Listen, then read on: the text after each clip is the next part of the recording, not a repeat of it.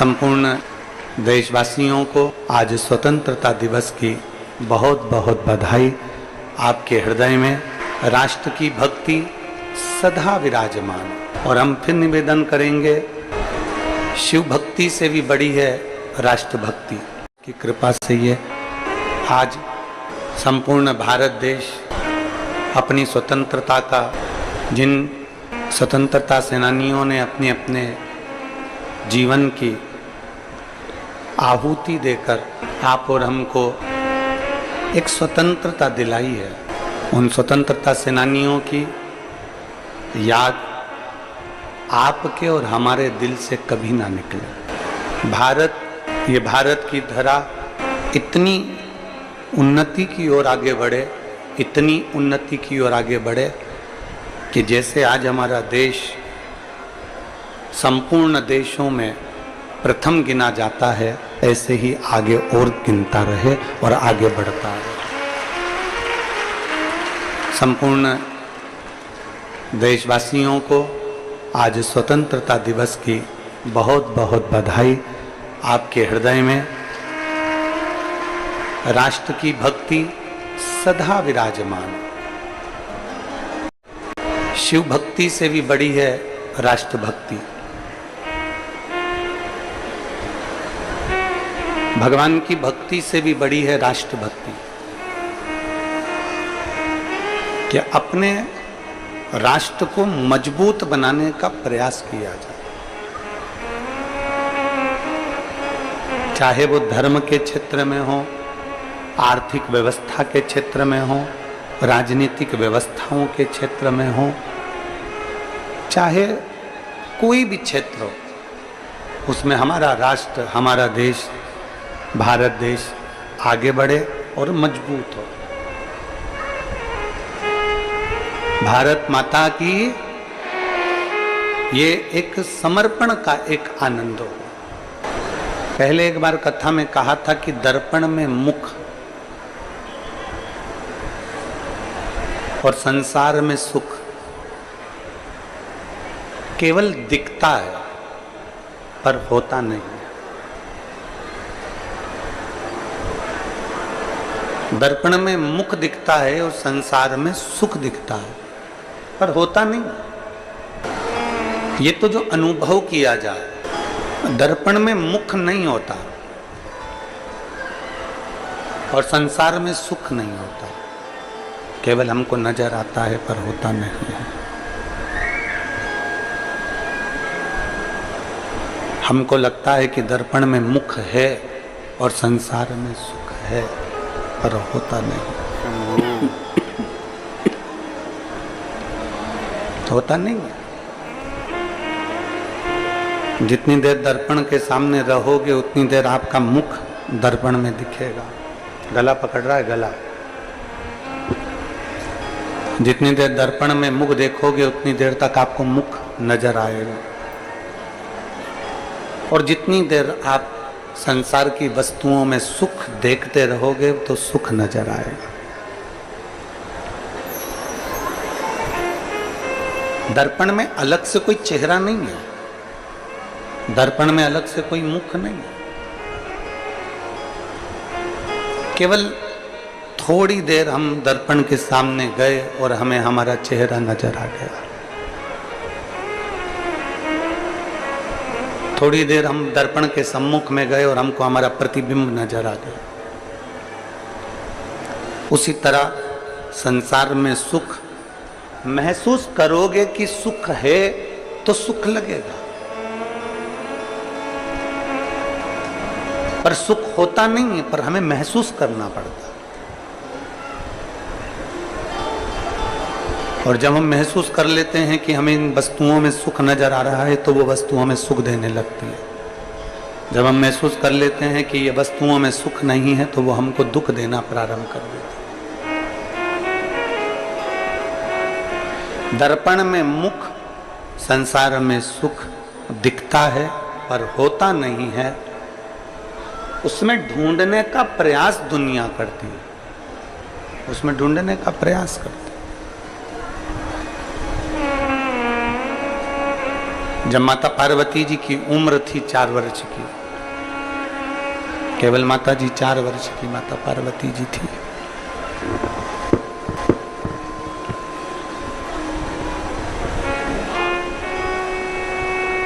और 4 वर्ष की माता पार्वती जी 4 वर्ष की अवस्था में 4 वर्ष की अवस्था में उन्होंने जब भगवान शिव के पार्थिव शिवलिंग का पूजन करना प्रारंभ करा, पार्थिव शिवलिंग का निर्माण करना प्रारंभ करा, पार्थिव शिवलिंग का पूजन करना और उनका निर्माण कर कर उसके पूजन में उन्होंने चित्त लगाना प्रारंभ करा, मन लगाना प्रारंभ करा।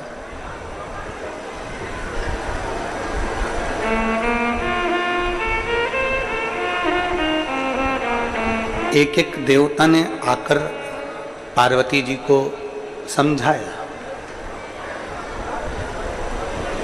कभी ब्रह्मा जी आ जाते, कभी भगवान विष्णु आ जाते, कभी इंद्र आ जाते, कभी देवी आ जाती, कभी देवता आ जाते, कोई ना कोई आता रहा और उन्होंने आकर पार्वती माता को समझाते रहे।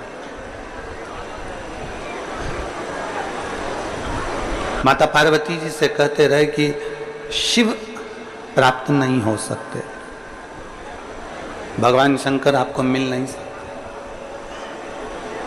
पर जिस समय शिव महापुराण की कथा कहती है कि जिस समय व्यक्ति ठान लेता है कि इस पाषाण में, इस पत्थर में, इस लकड़ी में, इस स्थान पर भगवान है, अगर उसने ठान लिया कि यहाँ भगवान है तो उस भगवान को भी वहां आकर दर्शन देना ही पड़ता है, भगवान को वहां पहुंचना ही पड़ता है। एक कथा हमने पहले कथा में वर्णन करा था, आप लोगों के स्मरण में होगा, जिन्होंने सुनी होगी उसके चित्तवृत्ति में होगा कि पांडव जब बन गए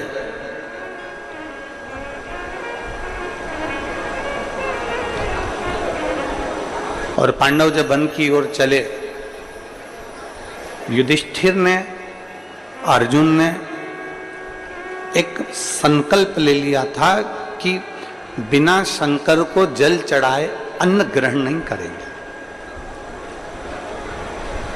शिव को बिना जल चढ़ाए अन्न भाग हम ग्रहण नहीं करेंगे।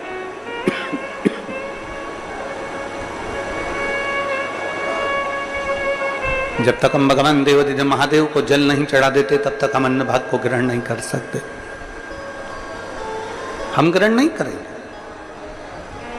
निकलते निकलते निकलते निकलते समय हो गया, जाते जाते जाते जाते समय हो गया। एक बार भगवान शिव ने स्वयं परीक्षा ली,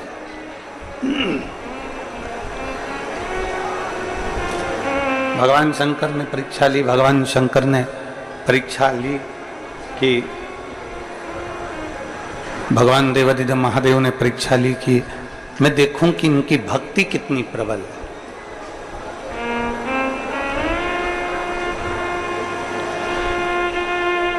जब युधिष्ठिर अर्जुन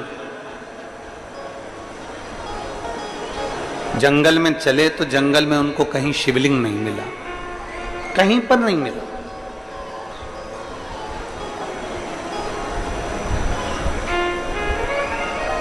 पूरे जंगल में ढूंढ ढूंढ के थक गए पर कहीं उनको शंकर भगवान का शिवलिंग का दर्शन नहीं हुआ।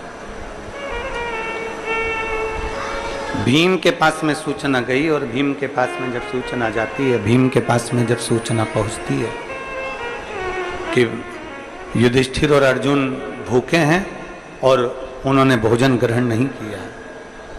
क्यों नहीं करा? क्योंकि उनको कोई शिवलिंग नहीं मिला।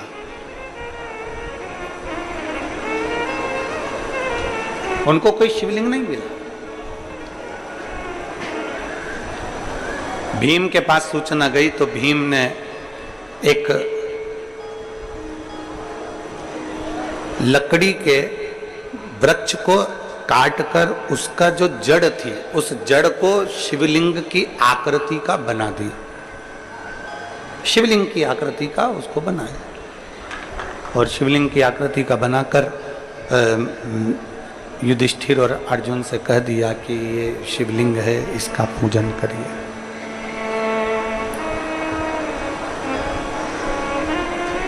युधिष्ठिर, अर्जुन के मन में आया कि बताओ, हम पूरे जंगल में ढूंढ लिए, हम पूरे वन में ढूंढ लिए, पर हमको कहीं शिवलिंग नजर नहीं आया, और ये भीम ने कह दिया कि ये शिवलिंग है।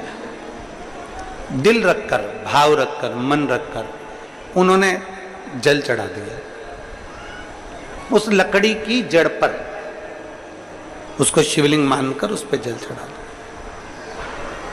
संकल्प लिया था कि बिना जल चढ़ाए भोजन नहीं करेंगे, और जल चढ़ाकर उन्होंने भोजन कर लिया।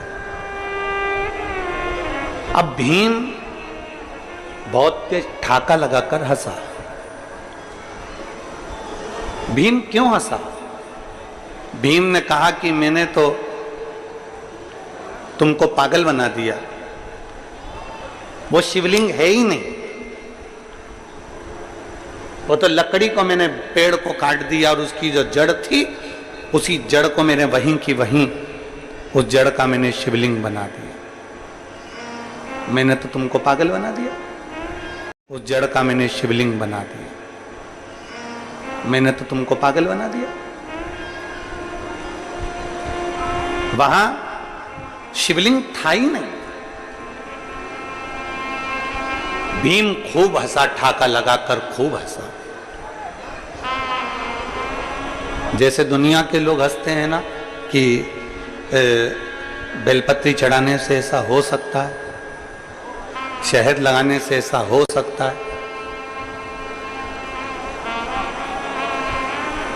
क्या अशोक सुंदरी के स्थान पर चंदन की बिंदी लगाने से यह हो सकता है, शिव जी का पंचामृत स्नान कराने से यह हो सकता है, धतूरा चढ़ाने से यह हो सकता है। जैसे दुनिया हंसती है, हंसा। भीम ने बहुत तेज ठाका लगाकर हंसा, बहुत। अब अर्जुन को गुस्सा आ गया। अर्जुन ने पूछा कि भीम तुम क्यों हंस रहे हो? भीम कहते हैं कि तुम्हें मालूम नहीं है, तुम शंकर के शिवलिंग को पूरे जंगल में ढूंढ लिए, शंकर भगवान के शिवलिंग का पूजन करने के लिए तुमने जल चढ़ाने के लिए पूरे जंगल में ढूंढ लिए, और तुम्हें शिवलिंग नहीं मिला, और मैंने एक लकड़ी की जड़ को ऊपर से पेड़ काट दिया, उसकी जड़ रह गई, उसको मैंने गोल कर दिया, और तुम से कह दिया कि ये शिवलिंग है, और तुमने जल चढ़ाकर भोजन कर लिया। तुम्हारा तो नियम टूट गया। खूब हंसा, खूब। जैसे दुनिया हंसती है वैसे भीम हंसे। युधिष्ठिर और अर्जुन से जैसे ही कहा कि मैंने तो तुमको पागल बनाया, मैंने तो तुमको बेवकूफ बना दिया, कि तुमसे कह दिया कि ये शिवलिंग है और तुम जल चढ़ा दो, और तुमने चढ़ा भी लिया और भोजन भी कर लिया, और वो तो शिवलिंग था ही नहीं।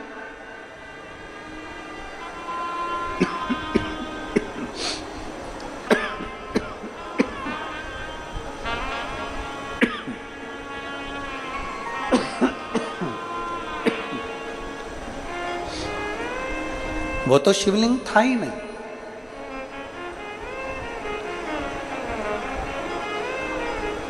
अर्जुन और भीम ने कहा कि अब तुमने कह दिया कि ये शिवलिंग है, मैंने मान लिया कि ये शिवलिंग है। मानो तो गंगा माहूं और ना मानो तो बहता पानी। तुमने कहा, मैंने मान लिया।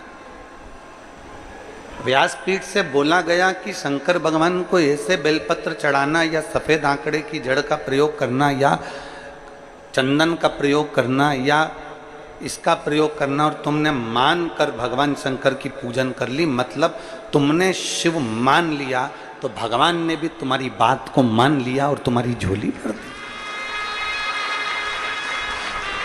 मानो तो गंगा माऊं, ना मानो तो बहता पानी। आप मानोगे तो शिव है ना।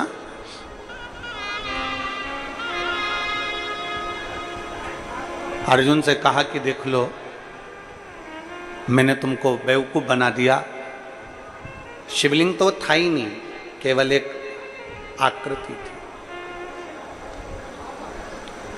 पेड़ को काट दिया गया, शिवलिंग की आकृति दे दी गई।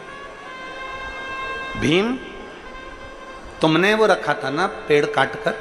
हाँ। तुमने शिवलिंग बनाया था ना पेड़ का? हाँ। अर्जुन ने कहा युधिष्ठिर के सामने कहा, भैया अगर हमने सच्चे दिल से शिवलिंग मानकर अगर उस पर जल चढ़ाया है, सच्चे दिल से अगर हमने शिवलिंग मानकर जल चढ़ाया है, और भीम उसको लकड़ी कह रहा है, भीम उसको वृक्ष की जड़ कह रहा है, हमने सच्चे दिल से अगर जल चढ़ाया है और भीम के लिए वो लकड़ी का गुल्ला है, भीम के लिए वो लकड़ी का गुट्टा है, भीम के लिए वो लकड़ी का जड़ है, तो भीम ने उसको रखा है, तो अगर हमने सच्चे दिल से अगर जल चढ़ाया होगा तो वो शंकर वहीं अजर और अमर के रूप में विराजमान हो जाएगा, नहीं तो हिल जाएगा। भीम में तो हजारों हाथियों का बल है, अगर भीम चाहे तो उठाए। भीम अगर उस लकड़ी के जड़ को उठाकर फेंक देता है तो हम मान लेंगे कि वो लकड़ी का गुट्टा था। भीम अगर सामर्थ्यवान है तो उठाए उस लकड़ी के गुट्टे को। भीम अगर सामर्थ्यवान है तो लकड़ी के बंडल को उठाए और फेंक के बता दे एक बार। भीम ने कहा मैंने उसको काट कर रखा है, मैं अब भी उठा कर बताता हूं, मैंने काट कर रखा था, मैंने शिवलिंग बनाया था तुम्हारे लिए। और हंस भी भीम रहा। भीम ने कहा देखो मैं भी उठा कर बताता हूं। भीम गए शंकर के उस शिवलिंग को उठाने लगे,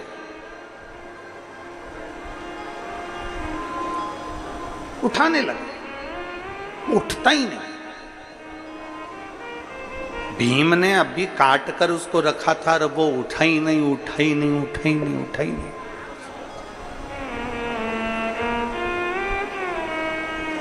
आखिरी में भीम थक गया,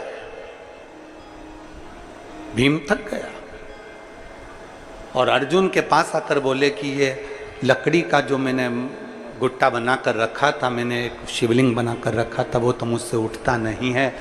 युधिष्ठिर ने कहा अरे भीम तुम समझते नहीं हो, एक छोटे से पत्थर के टुकड़े पर भी संसार का व्यक्ति, संसार का मनुष्य शिव समझकर अगर जल चढ़ा देता है तो वो शिवलिंग ही बन जाता है, वो शिवलिंग ही बन जाता है। शंकर को ढूंढने के लिए कहीं जाने की जरूरत नहीं है, कंकर में शंकर है। शंकर भगवान को ढूंढने जाने के लिए कहीं जरूरत नहीं है, शिव सब में समाया, हर एक में समाया। कल भी एक बात कही थी, परसों भी एक बात कही थी कि तुम्हारे घर में जो शिवलिंग है उसको केवल साधारण शिवलिंग मत समझो। तुम्हारे घर में अगर कुबेरेश्वर धाम का कंकर है या माँ रेवा का कंकर है या माँ नर्मदा का कोई कंकर तुम्हारे घर में विराजमान है या कुबेरेश्वर धाम का कोई कंकर विराजमान है या कोई शिवलिंग तुम्हारे घर में विराजमान है, उसको कम ना समझिए। एक बात हम आपसे पूछते हैं, उत्तर दीजिएगा सारे नए रायपुर वाले, गनौद वाले, ध्यान से। तुम्हारा सिर दुखेगा तो तुम सबसे पहले अपने गांव के हॉस्पिटल में जाओगे, शहर के हॉस्पिटल में जाओगे कि सिर दुखा तो सबसे पहले तुम्हारे पास जो दवाई रखी है पहले वो खाओगे? जम के बोलो जरा। पहले हमारे घर में जो दवाई रखी है, हमारे घर में कोई बाम रखा है, कोई विक्स रखा हुआ है, कोई दर्द की गोली रखी है, कोई टेबलेट रखी है, सबसे पहले हम वो दवाई को खाते हैं, सबसे पहले वो दवाई को हम ले लेते हैं।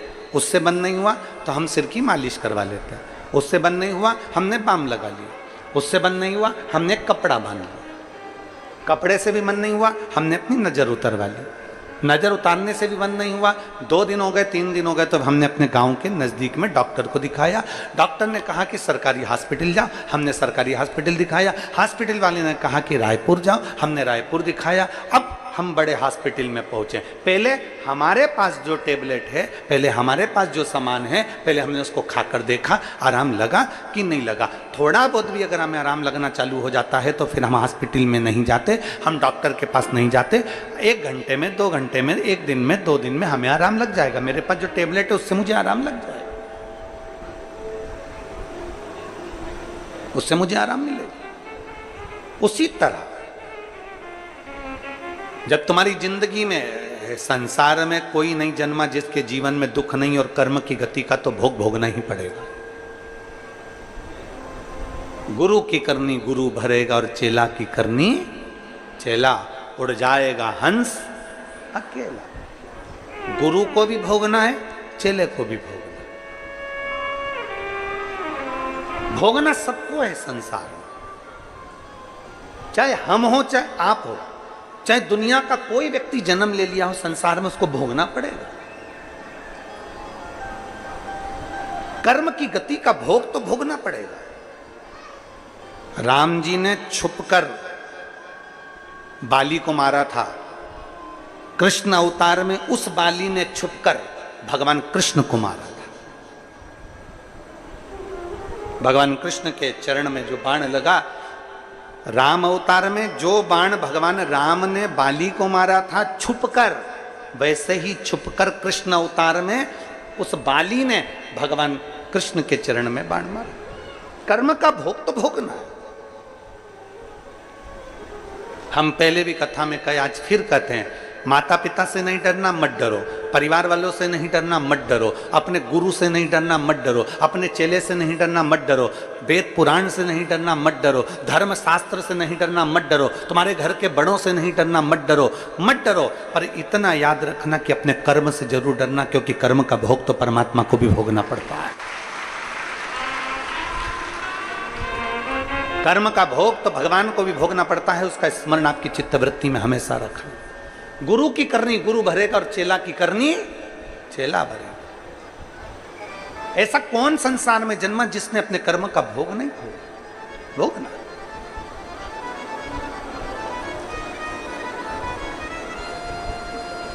इसीलिए भोगना। गुरु की कर्म गति गुरु भोगेगा, चेला की कर्म गति चेला भोगेगा।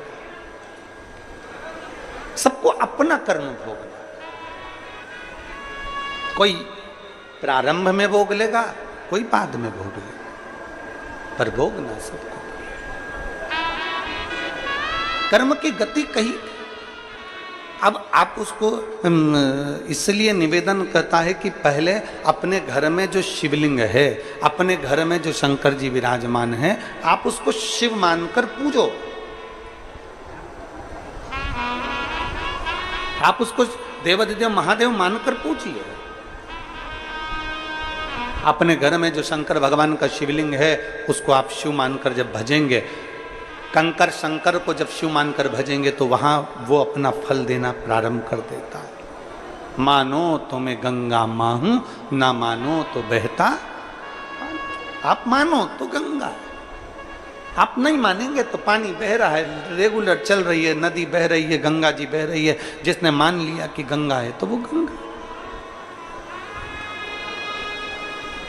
आप अपनी चित्त वृत्ति में लेकर आ जाओ।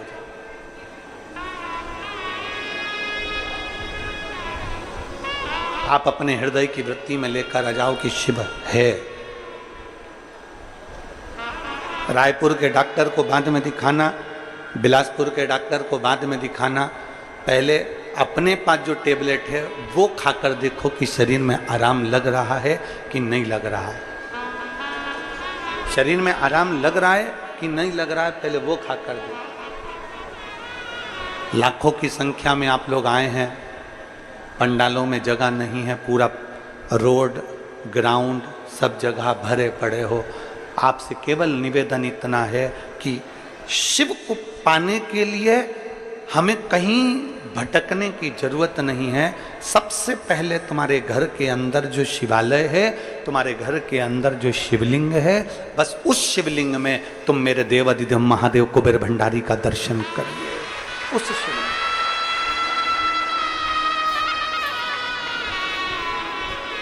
वो महादेव का दर्शन करिए। और मैंने तेरे ही भरोसे बाबा, तेरे ही भरोसे हवा बिच उड़ती जावांगी। बाबा डोर तो छड़ी ना मैं कटी जावांगी। भोले मैं तेरी पतंग, शंभू मैं तेरी पतंग, हवा बिच उड़ती जावांगी, बाबा डोर में कटी जावांगी, भोले मेरी पतंग, शंभो मेरी पतंग। शिव को पाने के लिए शिव को भीतर उतारना पड़ेगा। रामचरितमानस यदि आपने पढ़ी हो, रामचरितमानस का स्मरण करा हो, रामचरितमानस का आपने अगर पाठन करा हो, पढ़ा हो, सुना हो, तो उसमें आता है शंकर विश्वास रूपिणो, शिव विश्वास है और माता पार्वती श्रद्धा है। अब विश्वास कैसा होना चाहिए कि भाई, विश्वास किसको कहते हैं? एक पत्र है विश्वास का, देखिए।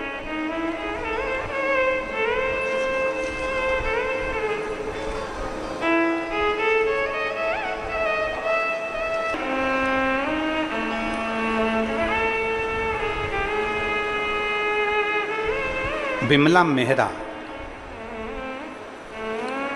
विमला मेहरा परमानंद मेहरा पति का नाम है, मोबाइल नंबर है ये, और ग्राम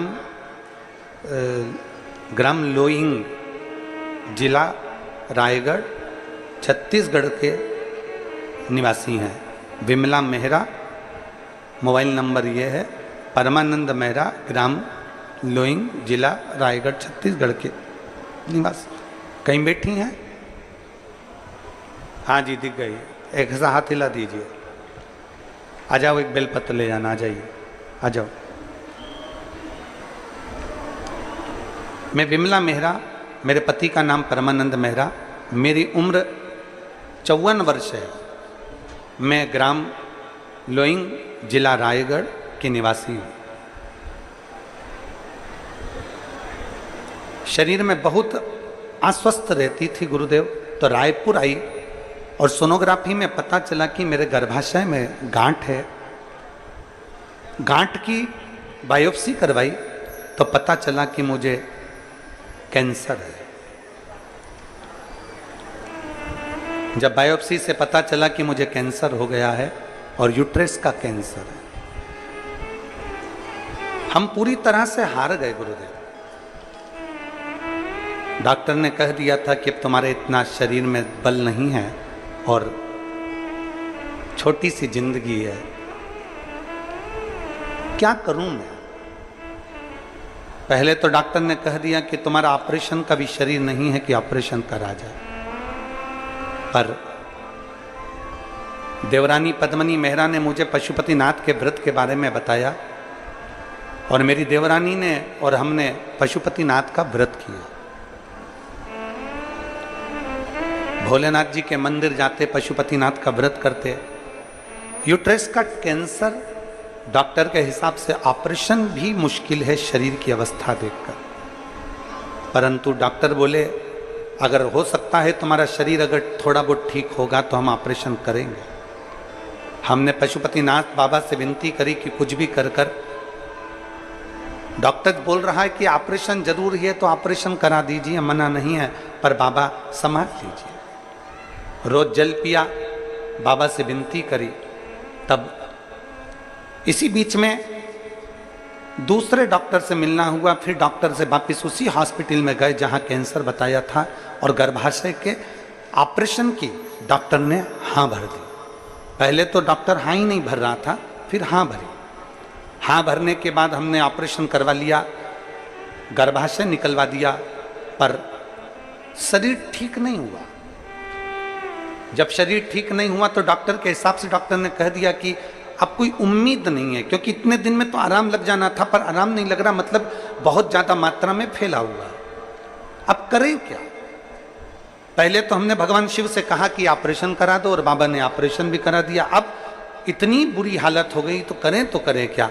तब बाबा पर विश्वास रखकर, बाबा पर फिर हिम्मत कर कर बाबा के हॉस्पिटल से वापस घर चली गई और घर जाकर परिवार के साथ मिलकर शिव जी के मंदिर धीरे धीरे जाती, जल चढ़ाती, बाबा का जल लेकर नंदी के पास बैठकर पीना चालू करा, एक बेलपत्र खाना प्रारंभ करा। और डॉक्टर ने तो मुझे थोड़ा सा समय जीने के लिए दिया था, मेरे बाबा ने आज मुझे 2 वर्ष में पूरा ठीक कर दिया। मैं बाबा को धन्यवाद देने के लिए आई। मेरी जिंदगी का थोड़ा सा समय दिया था डॉक्टर ने, पर आज मुझे 2 वर्ष निकल गए। मैं ऐसा कोई दिन नहीं जाता जिस दिन मंदिर नहीं जाती, जिस दिन बाबा का जल नहीं पीती। दुनिया का कोई व्यक्ति मुझसे पूछे कि शंकर पे चढ़े हुए जल पीने का फल क्या होता है, तो मैं बताती हूं कि डॉक्टर ने मुझे केवल थोड़े से दिन दिए थे और मैं आज 2 साल से जीवित हूं। ये शिव के जल का प्रताप, ये उसकी उदारता। एक लाइन अच्छी लिखी है आप और हम गुनगुना लेते हैं। खाली ना जाता कोई दर से तुम्हारे, खाली न जाता कोई दर से तुम्हारे, मैं भी खड़ी हूँ नंदी बाहें पसारे, अपने गले से लगा लो, गिरी जा रही हूँ उठा लो, भोले अपने दर से अब तो टालो, गिरा जा रहा हूँ उठा लो। कोई हमसे पूछे कि विश्वास किसको कहते हैं, शंकर के ऊपर करा हुआ भरोसा किसको कहते हैं, शिव की दृढ़ता किसको कहते हैं। आ जाओ।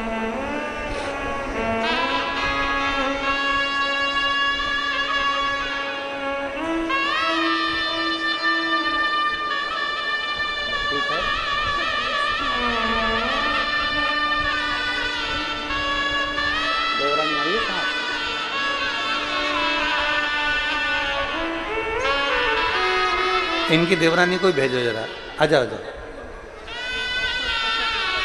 जिस देवरानी ने इनको बताया कि पशुपतिनाथ का व्रत कर जीजी तेरे संकट मिटेंगे, उस देवरानी से हम भी तो मिले।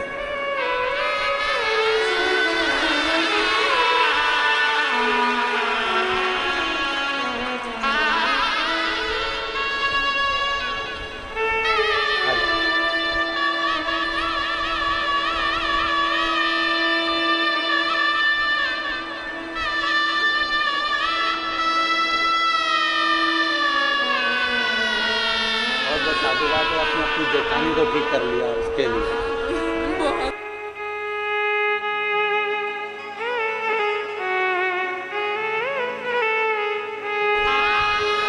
और रिश्ता तेरा मेरा सबसे प्यारा, रिश्ता तेरा मेरा सबसे प्यारा, तू मेरा बाबा मैं हूँ तेरा लाला, मैं हूँ तेरा लाला, तू मेरा बाबा मैं हूँ तेरा लाला, मैं हूँ तेरा लाला। शिव विश्वास है, पार्वती श्रद्धा। बिना विश्वास के दुनिया में कुछ भी नहीं है, बिना विश्वास के परमात्मा मिलता भी नहीं। एक विश्वास यदि तुम्हारे भीतर है तो वो संभाल लेता है। एक विश्वास तुम्हारे भीतर है तो वो संभाल लेता है।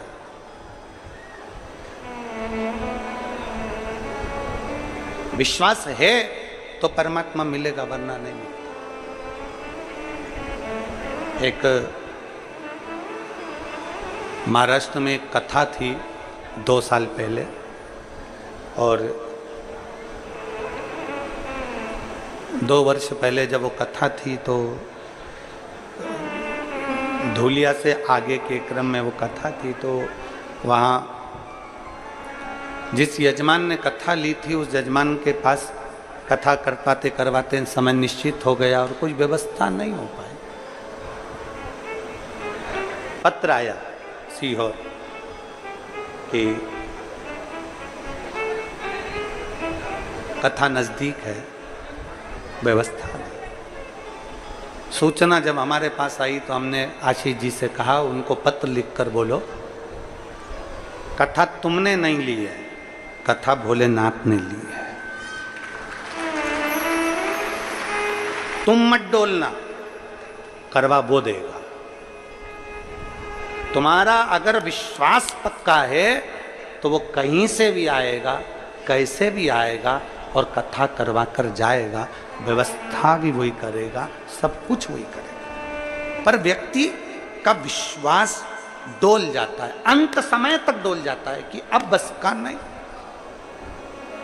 उसने ली है, आपने नहीं। विश्वास मत डोलने देना, विश्वास मत खत्म होने देना। और अंत समय प्रभु वचन दिया तो निभाना पड़ेगा, आए ना आए प्रभु कुटुंब कभी ना, अंत समय प्रभु आना पड़ेगा। द्रौपदी का चीर खींचा गया, खूब खींचा गया, सारी सभा के सामने खींचा गया। काका ससुर थे, काकी सास थी, गुरुजी थे, भीष्म पितामह थे, पांडव थे, सब कुछ थे, फिर भी चीर खींचा जा रहा था। आखिरी में द्रौपदी जब डोलने लगी तब द्रौपदी ने विचार करा कि मैं करूं तो करूं क्या। तब उसको याद आ गया कि गुरु ने कहा था कि विश्वास खत्म मत करना, तो परमात्मा को आना ही पड़ेगा। फिर उसने सोच लिया कि अब विश्वास खत्म नहीं कर सकती, अब मैं उसको पुकारूंगी और वो आएगा। आया, चीर भी बढ़ाया, लाज भी रखी और आशीर्वाद भी।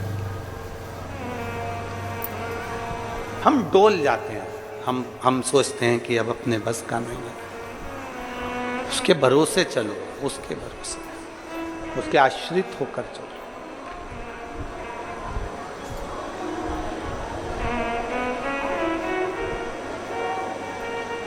कितना बड़ा संकल्प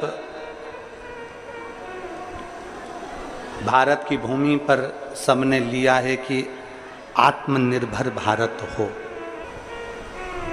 आत्मनिर्भरता का मतलब क्या है?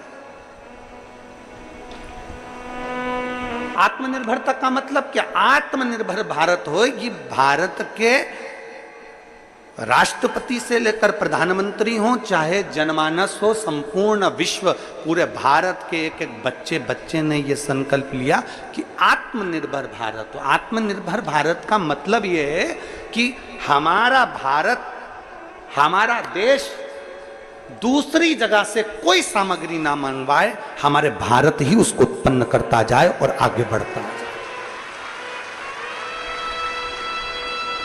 आत्मनिर्भरता।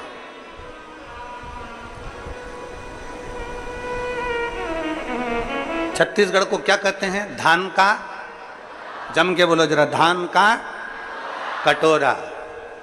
पर जितने धान के कटोरे वाले हैं, जिन्होंने खेती करना थी, जो खेती करने वाले थे, उन्होंने अपनी जमीन बेच बेच के शहर चले गए। जमीन कोई करने वाला बचा नहीं। अब धीरे धीरे धान का कटोरा सुकड़ता जा रहा है, छोटा होते जा रहा है। उसमें अपनी जवाबदारी होना चाहिए कि शहर में वो सुख नहीं है जो अपने गांव में है, शहर में वो सुख नहीं है जो अपनी जमीन पर है, शहर में वो सुख नहीं जो अपनी भूमि पर है। आत्मनिर्भर बनो।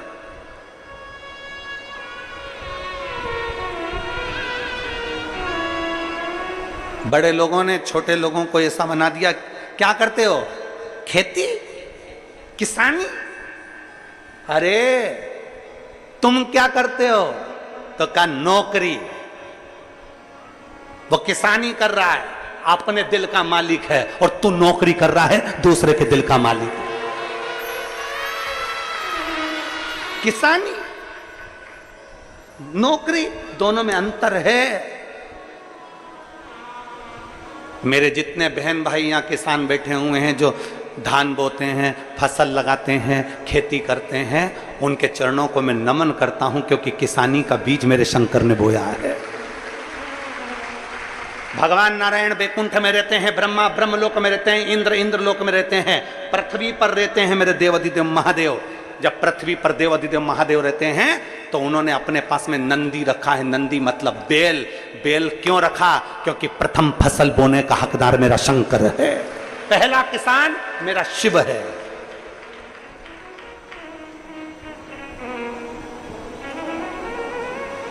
प्रथम किसान की भूमिका में मेरे शंकर को गिना गया।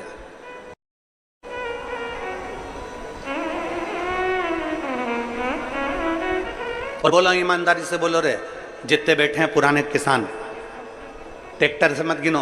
पहले के जमाने में गिनते थे, जिनके घर में बैल होता था वो जमींदार होता था। पहले के समय में जिसके घर बैल होता था, जमीन होती थी, वो जमींदार होता था।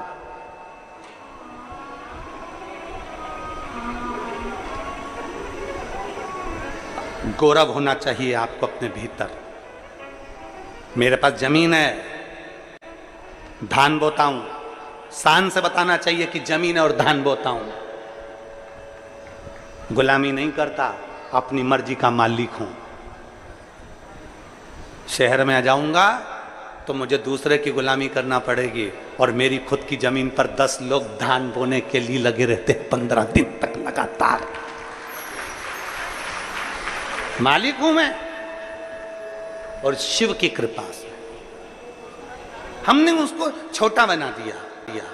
हमने किसान को बहुत छोटा बना दिया। जितने भारत के किसान हैं उनको हमने छोटा बना दिया। क्या करते हो? किसानी। क्या करते हो? किसानी। क्या करते हो? किसानी। अरे भाई, बड़े बर्तन और छोटे बर्तन में अंतर है। बड़ा बर्तन तो केवल शादी में ही बाहर निकलता है, छोटी छोटी कटोरी और गिलास चम्मच रोज काम आते हैं। तुम्हारे घर में इतना बड़ा बर्तन है, इतना बड़ा भगोना, इतनी बड़ी परात, तुम में से कितने लोग हैं जिनके घर में रोज वो भगोने में रोटी बनती है, सब्जी बनती है? बोलो बोलो, ईमानदारी से बोलो। बनती है रोज? नहीं। घर में शादी हो, जन्मदिन हो, पार्टी हो, कुछ हो, तब वो बड़ा भगोना निकलता है, बड़ा बर्तन निकलता है, बड़ी परात निकलती है, बड़ा भट्टा निकलता है, बड़े बड़े वो निकलते हैं करछे, बड़े बड़े पात्र निकलते हैं, बड़ी बड़ी बाल्टियां निकलती है, बड़े बड़ी टंकी निकलती है। जब घर में कोई बड़ा फंक्शन होता है तब वो बड़ा बर्तन निकलता है। रोज बड़े बर्तन काम आते हैं क्या? जम के बोलो जरा, कौन से बर्तन काम आते हैं? छोटे, कटोरी, चम्मच, गिलास, चक्कू, चिमटा, संसी, और वो तवा, बेलन, छोटे छोटे छोटे छोटे, इतनी सी भगोनी, 2 जनी की चाय बनाना, इतनी सी भगोनी, 10 जनी की बनाना, इतनी बड़ी भगोनी, छोटे छोटे बर्तन काम आते हैं। इसलिए मेरा बड़े लोगों से निवेदन है कि छोटे को मत भूलो। ये बड़े तो कभी कभी काम आते हैं, पर छोटे रोज काम आते हैं। बड़े कभी कभी काम आएंगे, पर छोटे रोज काम आएंगे।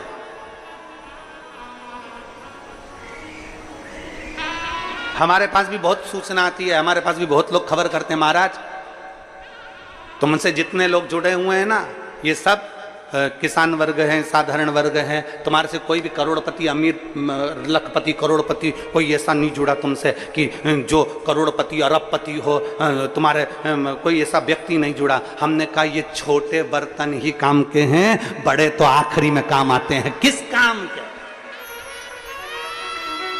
छोटे से बनकर चलिए, छोटे से जुड़कर चलिए।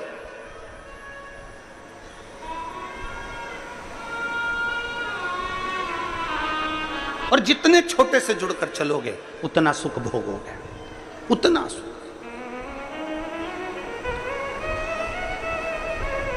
जितना छोटे से, अपने भीतर की नम्रता, अपने भीतर का प्रेम समाप्त ना हो, विश्वास को प्रबल करने का प्रयास करिए। जिस दिन तुम्हारे भीतर का विश्वास प्रबल हो जाएगा, उस दिन शिव मिल जाएगा। शंकर मिलते का इससे? विश्वास से। पार्वती जी को समझाया गया 4 वर्ष की अवस्था में माता पार्वती जी शंकर भगवान का पूजन कर रही हैं, आराधना कर रही हैं, और उनको कह दिया, भगवान विष्णु ने आकर, भगवान ब्रह्मा ने आकर, इंद्रदेव सब ने आकर समझाया, मत करो, शिव तुमको मिल नहीं सकते। शंकर भगवान तुम्हें प्राप्त नहीं हो सकते। स्वयं आत्मनिर्भर बनो, स्वयं विचार कर लो कि मैंने बाबा का भजन किया है। 4 वर्ष की माता पार्वती जी कहती हैं मैंने शंकर की आराधना करी है, मतलब मुझे शिव मिलेंगे, जरूर पक्का है मिलेंगे। एक पत्र है,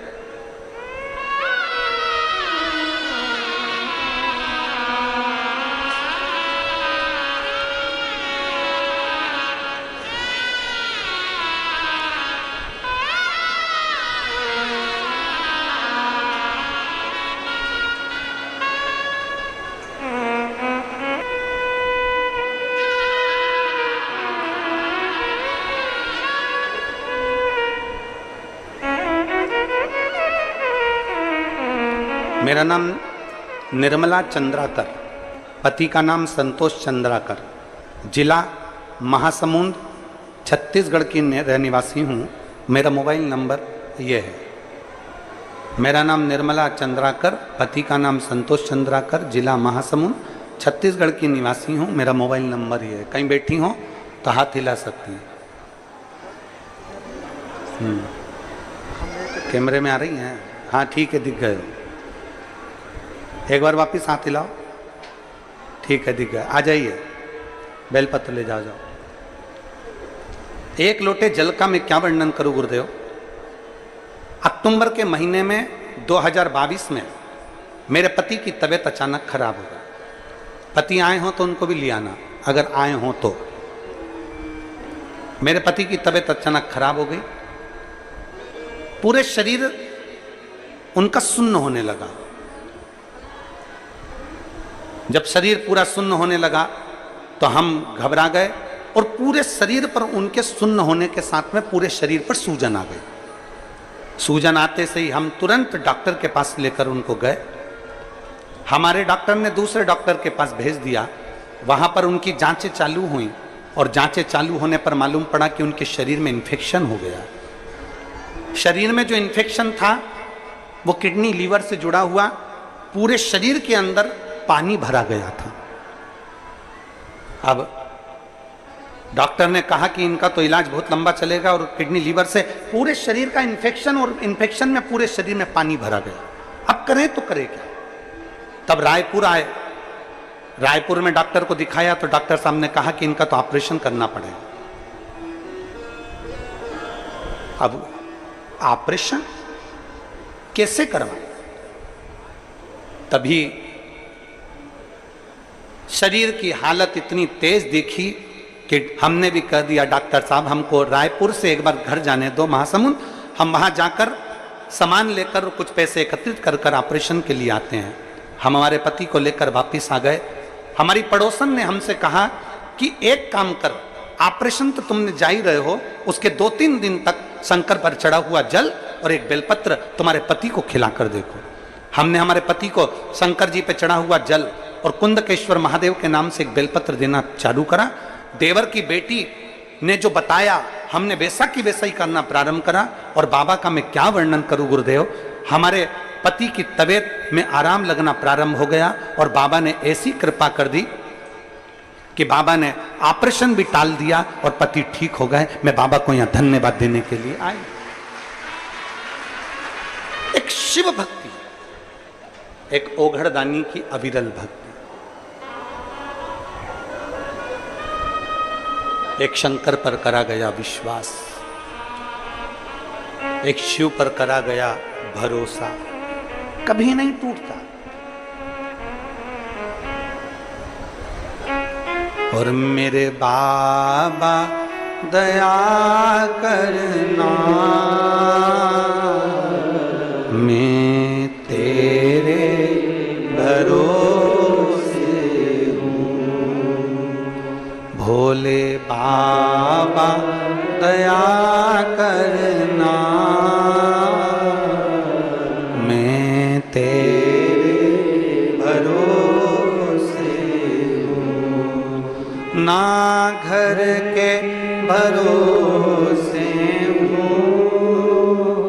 ना परिवार के भरोसे हो, ना घर के भरोसे हो, ना परिवार के भरोसे हो। मेरे बाबा दया करना, मैं तेरे भरोसे हूँ। भोले बाबा दया करना, मैं तेरे भरोसे। एक भरोसा दृढ़ हो जाए, विश्वास प्रखर हो जाए।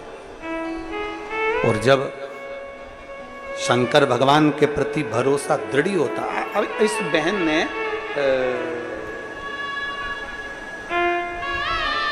निर्मला चंद्राकर ने पति श्री संतोष चंद्राकर, इन्होंने लिखा,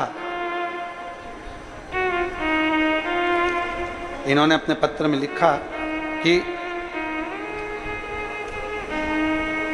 हमें विश्वास नहीं था 1 महीने के अंदर क्या जल पीने से और बेलपत्र खाने से क्या कोई ठीक हो सकता। हमें विश्वास नहीं था, हमें भरोसा नहीं था। आ गए, आ जाओ, आ जाओ। शंभू ले लो।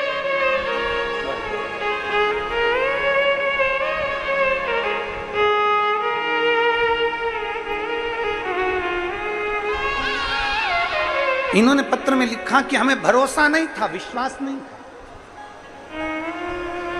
पर पड़ोस में रहने वाली देवर की लड़की ने कहा कि एक बार शंकर के मंदिर जाना चालू करो, शिव पर 1 लोटा जल चढ़ाना प्रारंभ करो। लाखों की संख्या में आप पहुंचे हो और करोड़ों की संख्या में आस्था चैनल पर शिव भक्त कथा को सुन रहे हैं। मेरा संपूर्ण देशवासियों से और संपूर्ण विदेश में रहने वाले सभी शिव भक्तों से एक ही निवेदन है, रोज प्रतिदिन दुकान जाने से पहले, ऑफिस जाने से पहले, स्कूल जाने से पहले, घर में काम करने से पहले 1 लोटा जल घर में से भरो, अपने पास में जो शंकर का शिवालय हो वहां जाकर चढ़ाना चालू करो, सारे दुख अपने आप कटना प्रारंभ हो।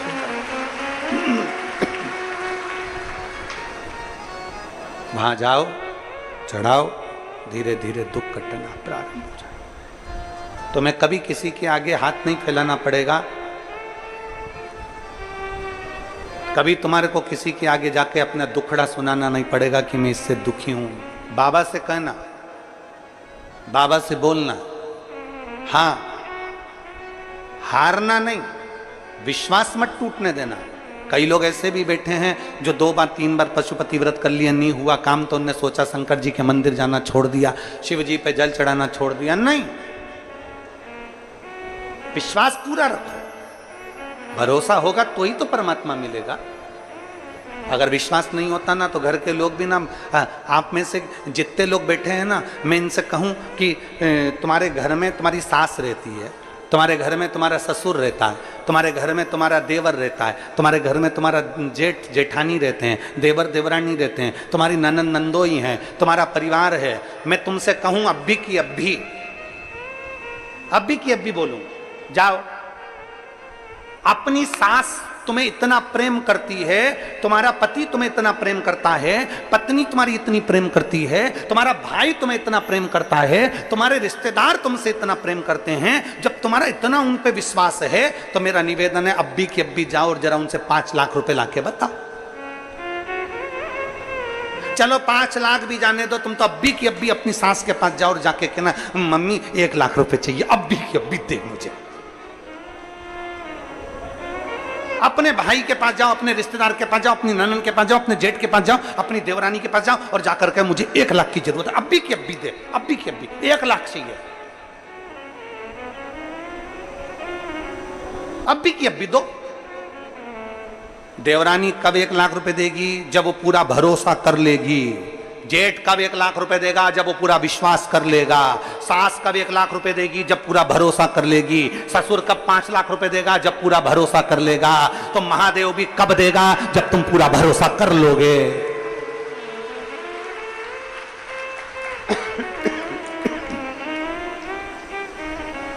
महादेव भी कब देंगे? जब तुम पूरा भरोसा कर लोगे। भरोसा ही नहीं है। अभी जल चढ़ा रहे हो, फिर किसी ने कह दिया कि जल मत चढ़ा, उन्होंने चढ़ाना बंद कर दिया। फिर किसी ने कह दिया जल चढ़ाने से ऐसा हो जाएगा, उसने चढ़ाना बंद कर दिया। मतलब तुम अभी विश्वास और अविश्वास के 2 नाव में सवार हो रहे हो। अगर तुम्हारा विश्वास पक्का है, हमने सियोर वाले महाराज को सुना है, हमने कुबेरेश्वर बाबा को सुना है, हमने शिव महापुराण में पढ़ा है, हमने शंकर की कथा को अच्छे से सुना है, मतलब सुना है, मतलब पक्का है कि शंकर मिलेगा जरूर। इसलिए मेरा विश्वास अब नहीं डोलाऊंगी, अब मैं 10 जगह नहीं जाऊंगी, अब मैं भटकूंगी नहीं, अब मुझे भटकना नहीं है। मतलब मेरा विश्वास दृढ़ हो गया।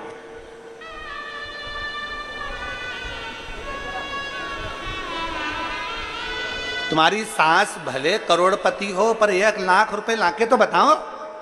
जाओ रिजी जीवन, जाओ, अब भी जाओ, जाओ। 1 लाख रुपए देखे तो है। सास भी 50 बार सोचेगी क्या करेगी, क्या करना। सास भी पूछेगी क्या करोगी, क्या करोगी, अभी क्या पैसे की जरूरत पड़ गई, क्या हो गया। मतलब विश्वास इतना प्रबल नहीं है। भले तू है, भले घर में भरोसा विश्वास जब तक पक्का नहीं होगा तब तक 1 लाख रुपए भी रिश्तेदार नहीं देते, 5 लाख रुपए भी रिश्तेदार नहीं देते। उसी तरह परमात्मा पर जल चढ़ाते रहो, चढ़ाते रहो, चढ़ाते रहो, चढ़ाते रहो। विश्वास पक्का कर लीजिए, विश्वास पक्का करिए। गला पकड़ रहा है बाबू, साउंड सुबह शुरू से। विश्वास पक्का करिए, और जब विश्वास पक्का होगा तो शिव को मिलने में देरी नहीं होगी। आप विश्वास पक्का करिए।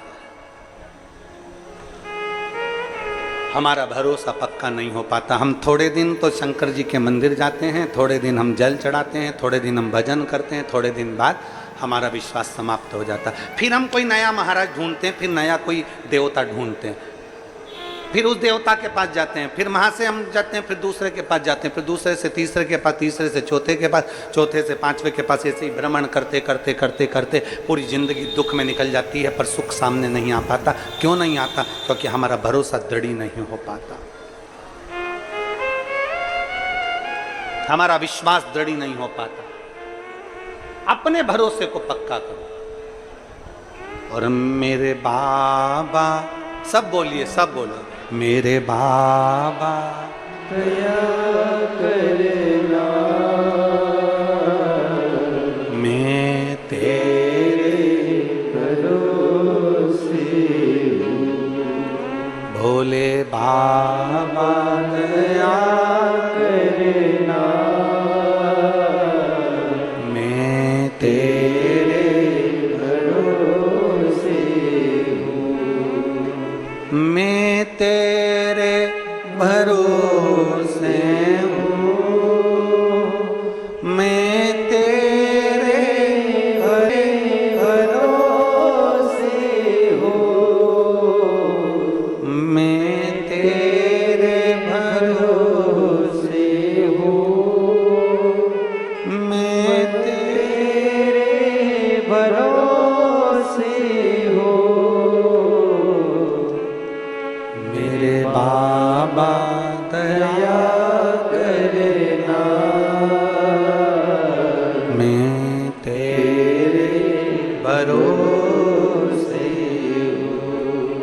भोले बाबा दया करना, मैं तेरे भरोसे भगवान के भरोसे आश्रित होकर रहने का प्रयास करिए। भटको ना। पूरी जिंदगी निकल गई भटकते भटकते भटकते भटकते, पर भगवान मिला नहीं। अब विश्वास पक्का करना, अब भरोसा पक्का करना, अब दृढ़ता पक्की करना, तो शिव मिलेगा जरूर। बोल बम का नारा है सारी समस्या का हल। अपने भरोसे को पक्का करो।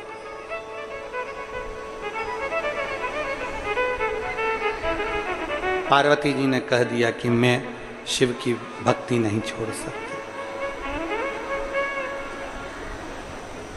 मैं शंकर भगवान की भक्ति को नहीं छोड़ सकती।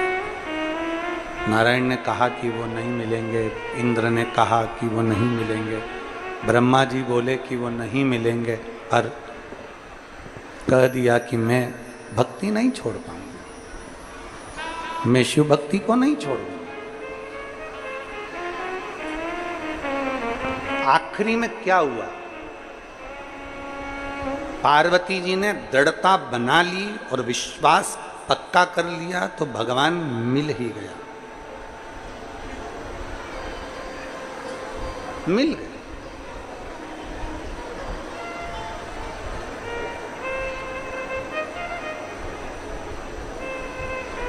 कलयुग का असर कहां दिखता है?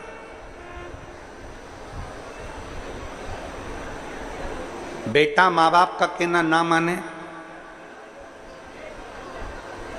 बेटा माँ बाप की ना सुने, बहू सास की ना सुने, सास बहू की ना सुने, बात ना माने,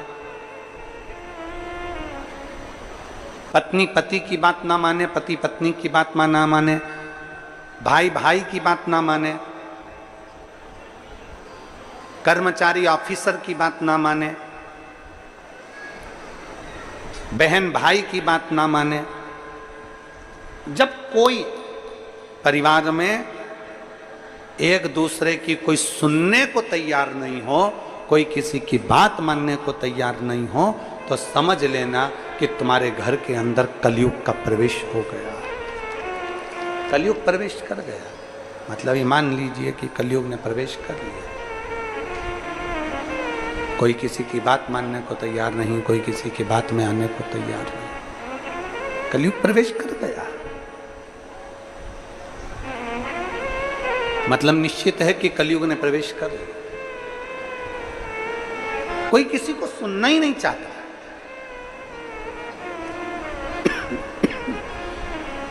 कोई किसी को सुनना नहीं चाह रहा है। गुरु की बात को चेला नहीं सुनना चाह रहा है, माँ बाप की बात को बच्चे नहीं सुनना चाह रहे हैं, पति की बात को पत्नी, पत्नी की बात को पति, भाई की बात को भाई नहीं सुनना चाह रहा है। कोई किसी की बात सुनने को तैयार नहीं है। मतलब ये पक्का है कि कलयुग का प्रवेश हो गया, कलयुग का प्रवेश हो गया। कई माताएं कहती हैं, गुरुजी हमारी सास थी ना, जब तक पूरा परिवार एक साथ था, जब तक हमारे ससुर थे ना, जब पूरा परिवार एक साथ था, सब एक दूसरे की मानते थे, सब एक दूसरे की सुनते थे, पर जब से वो गई ना, तब से हमारा पूरा परिवार बेकार हो गया। ना जाने क्या हो गया परिवार में, सब एक दूसरे को झगड़ा कर रहे हैं, एक दूसरे से लड़ रहे हैं, एक दूसरे को टांग खींचते रहते हैं, ना जाने क्या हो गया। जब से सास गई, जब से ससुर गया, कारण क्या था? तुम्हारे सास ससुर घर में थे, माता पिता घर में थे, तो उनकी पुण्याई भी हमारे घर में थी, उनकी पुण्याई घर में थी, तो ये क्लेश नहीं होता था, कलयुग उसके अंदर प्रवेश नहीं करता था। जब माता पिता थे तो उनका भजन, माता पिता थे उनका दान, माता पिता थे उनकी पुण्याई हमारे साथ में थी, तो कलयुग प्रवेश नहीं करता था। जब माता पिता चले गए तो उनकी पुण्याई भी साथ में चली गई, इसलिए अब कलयुग ने तुम्हारे घर में प्रवेश करना प्रारंभ करा। कोई किसी को सुनने को तैयार नहीं, कोई किसी को सुनने को तैयार नहीं है, कोई किसी को समझने को तैयार नहीं है, कोई किसी को मानने को तैयार नहीं है।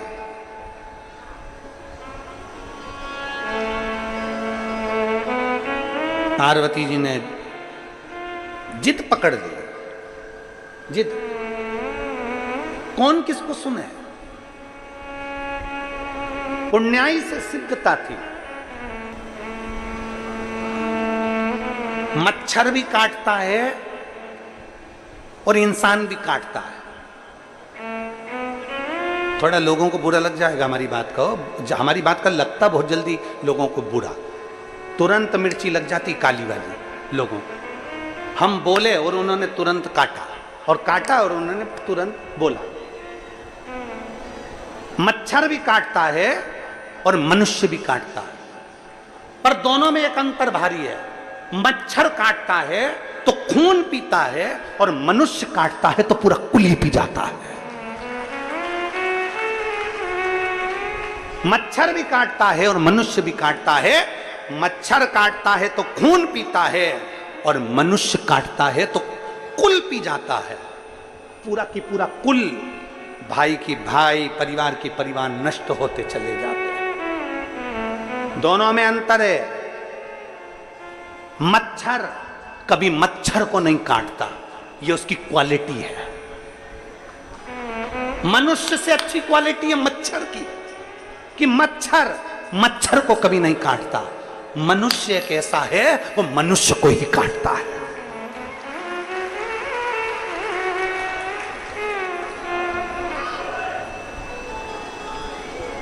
मनुष्य केवल एक ऐसा है, वो मनुष्य को ही काटता है। मनुष्य को आपस में एक दूसरे को काटने में लगा हुआ है। आपस में समाज को, परिवार को, धर्म को, नीति को एक दूसरे को काटने में लगा हुआ है। उसने ये कह दिया, काट दो। उसने ऐसा कह दिया, काट दो। उसने ऐसा बोल दिया। दिन भर 24 घंटे उसका एक ही काम है, दिन भर काटना, किसी की बुराइयां निकालना। बुराइयां निकालते रहो, निकालते रहो, निकालते रहो, निकालते रहो। कभी कभी तो ऐसा लगता है कि परमात्मा ने इनको जन्म ही केवल बुराई निकालने के लिए भेजा। अच्छा देखो ना, घर में एक बहू है, घर में एक सास है। सास कभी बुरी नहीं होती, ना बहू कभी बुरी होती है। अगर सास बुरी होती तो तेरे को लेके नहीं आती, और अगर बहू बुरी होती तो वो तेरे घर में नहीं आती।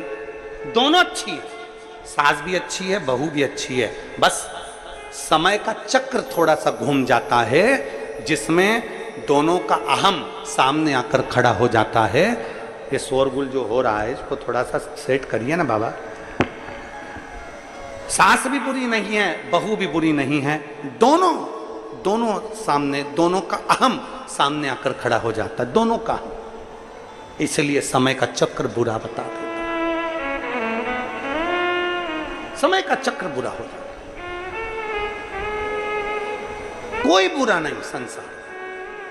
भाई भाई बुरा नहीं है, देवरानी जेठानी बुरी नहीं है, ननंद नंदोई बुरे नहीं है, परिवार का कोई सदस्य बुरा नहीं है, पड़ोसी बुरा नहीं है, रिश्तेदार बुरे नहीं है, नातेदार बुरे नहीं है। संसार में कोई बुरा नहीं है। आप अपना चश्मा तो चेंज कर कर देखिए। पीला चश्मा लगाकर देखोगे तो सब पीले दिखेंगे, काला चश्मा लगाकर देखोगे तो काले दिखेंगे, नीला चश्मा लगाकर देखोगे तो नीला दिखेगा। बुराई के चश्मे से देखोगे तो सब बुरा नजर आएगा, अच्छाई के चश्मे से देखोगे तो सब अच्छा नजर आएगा। चश्मा तो चेंज करिए, थोड़ा स्लो करो वाद्यंत्रों को। चश्मा तो चेंज करिए थोड़ा सा, और चश्मा चेंज कर कर देखिए। आप थोड़ा सा चश्मा चेंज करोगे, आपको सब अच्छा नजर आने लगे, सब अच्छा दिखे।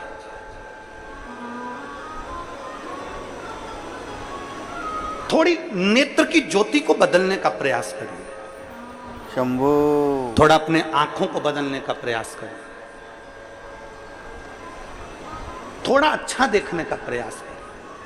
फिर निवेदन, मत बुरे कर्म कर बंदे, वरना पछताएगा। भगवान की आंखों से तू बच नहीं पाएगा, तू बच नहीं पाएगा। अरे ओ अज्ञानी, मत करना आगे आएगा। मत बुरे कर्म कर बंदे, वरना पछताएगा। भगवान की आंखों से बच नहीं पाएगा, तू बच नहीं पाएगा। कुछ अच्छा देखिए, और जब हम अच्छा देखेंगे तो हमें अच्छा प्राप्त होगा। कुछ अच्छा देखने का प्रयास करेंगे तो अच्छा मिलेगा। आज स्वतंत्रता दिवस है, 15 अगस्त है। अपनी चित्त वृत्ति में ये उतार कर रखो कि हमें सब में अच्छा देखना है, राष्ट्रहित के लिए देखना है।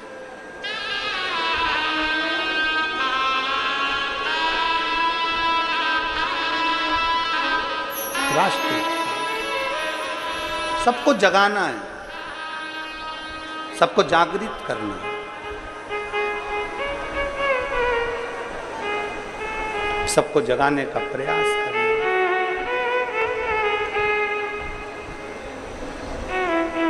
और बहुत सावधानी से। उठो जवान देश के वसुंधरा पुकारती, उठो जवान देश के वसुंधरा पुकारती। ये देश है पुकारता पुकारती माँ भारती। ये देश है पुकारता पुकारती माँ भारती। ये देश है पुकारता पुकारती माँ भारती।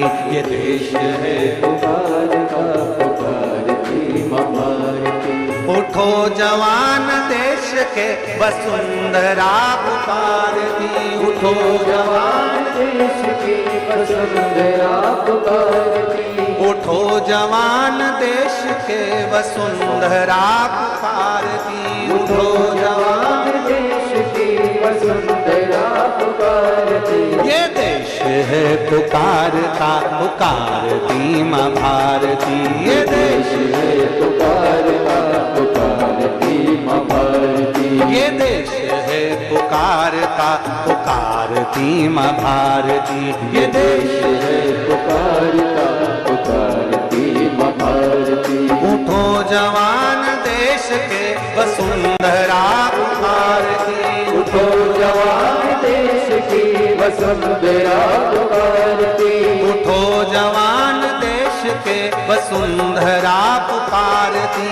उठो जवान देश की वसुंधरा पुकारती। ये देश है पुकारता पुकारती माँ भारती। ये देश है पुकारता पुकारती माँ भारती। ये देश है पुकारता पुकारती माँ भारती। ये देश है पुकारता पुकारती माँ भारती। बड़े प्रेम से दोनों हाथों से भाव के साथ भारत माता की।